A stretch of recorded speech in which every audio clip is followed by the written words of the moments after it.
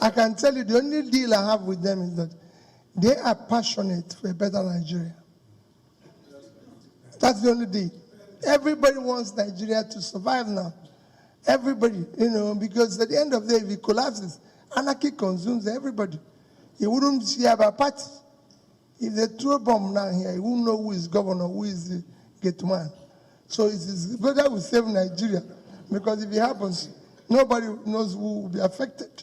So we want Nigeria to be saved. We want a better Nigeria. Everybody wants to bequeath his children anarchy. Look at him caring about those people in IDP camp. They're not his children. They're not anything.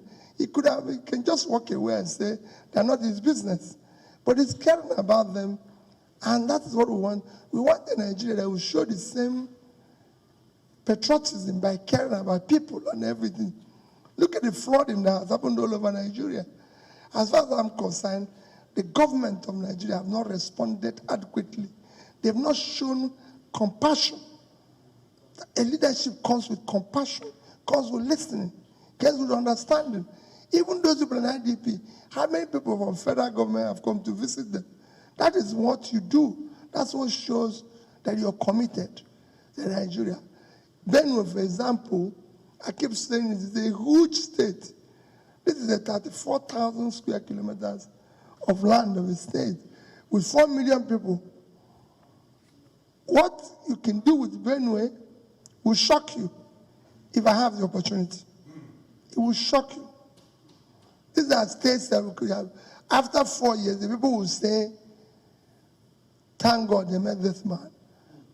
Because there has a lot to do with this place. I'm in Benue State today to do a courtesy call to the 2 former traditional rulers in Benue State, the Third TV and Ochidama. And of course, I can't come to Benue without coming to pay my loyalty to the governor. Everybody knows that if there's one state I feel the governor has done what I would respect, caring for his people when they are the federal government abandoned them, it is Benue. So I came to pay my respect to him, and that's basically why I'm here. And I thank you and urge you to continue to do, because whenever I see pictures of those in IDP, I feel very sad that Nigerians can live in refugee in Nigeria when we're not at war.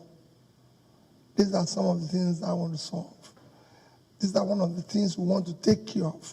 We want to make sure that Nigerians are secure and they live peaceful and we are united. We must love each other. We must care for each other. And that's what I'm striving hard to achieve. It is not about party. It is about our nation called Nigeria. We must build a better place. Thank you. Benue remains your state, and we're happy you have visited our 2 paramount rulers, the Totiv and the Ochidama.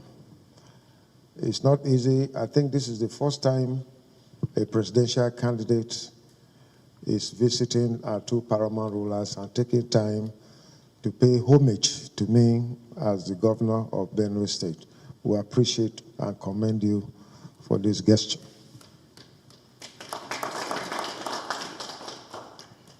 And to say that we remain grateful.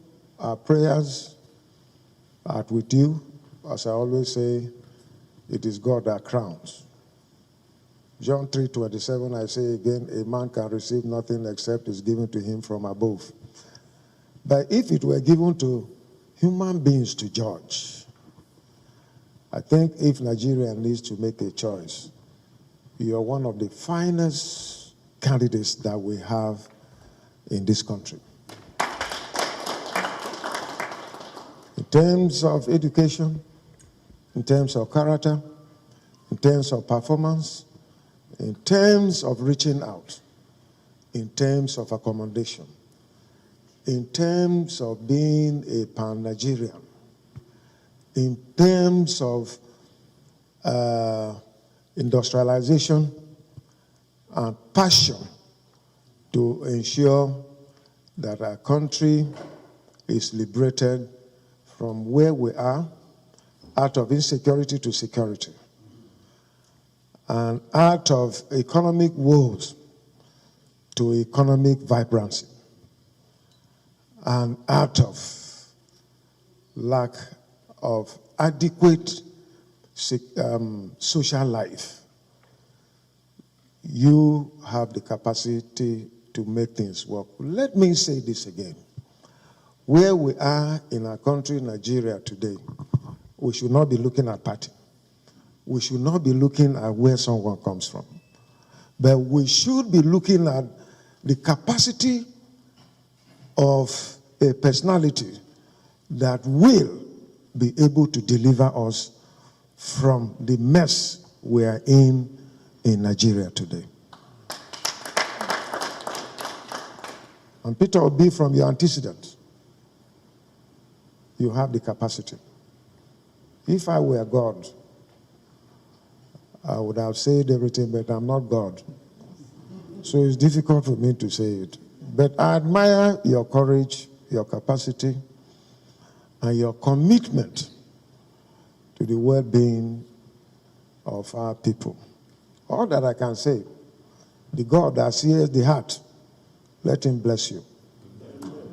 And the God that sees the heart, and the God that crowns, if it is his will, let him crown you. Because it is not a matter of party or structures or anything or where you come from.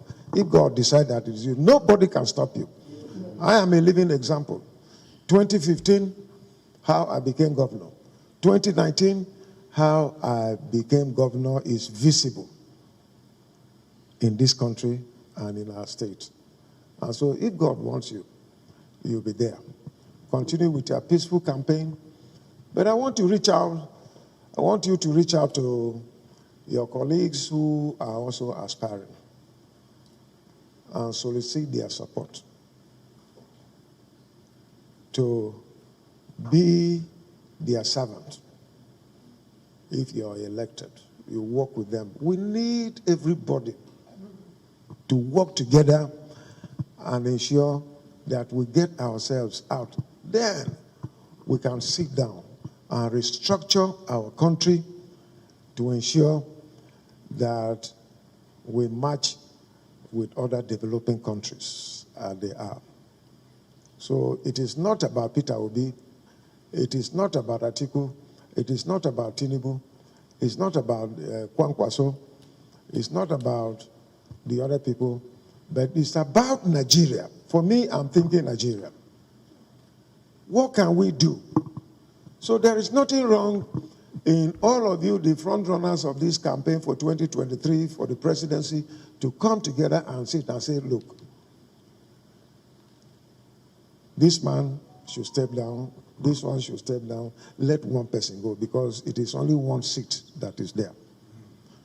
So I pray that that kind of day will come, so that we begin to work together.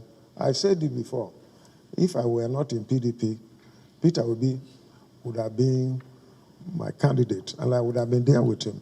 But I'm in PDP, that is my handicap. But my prayers are with you. God bless you.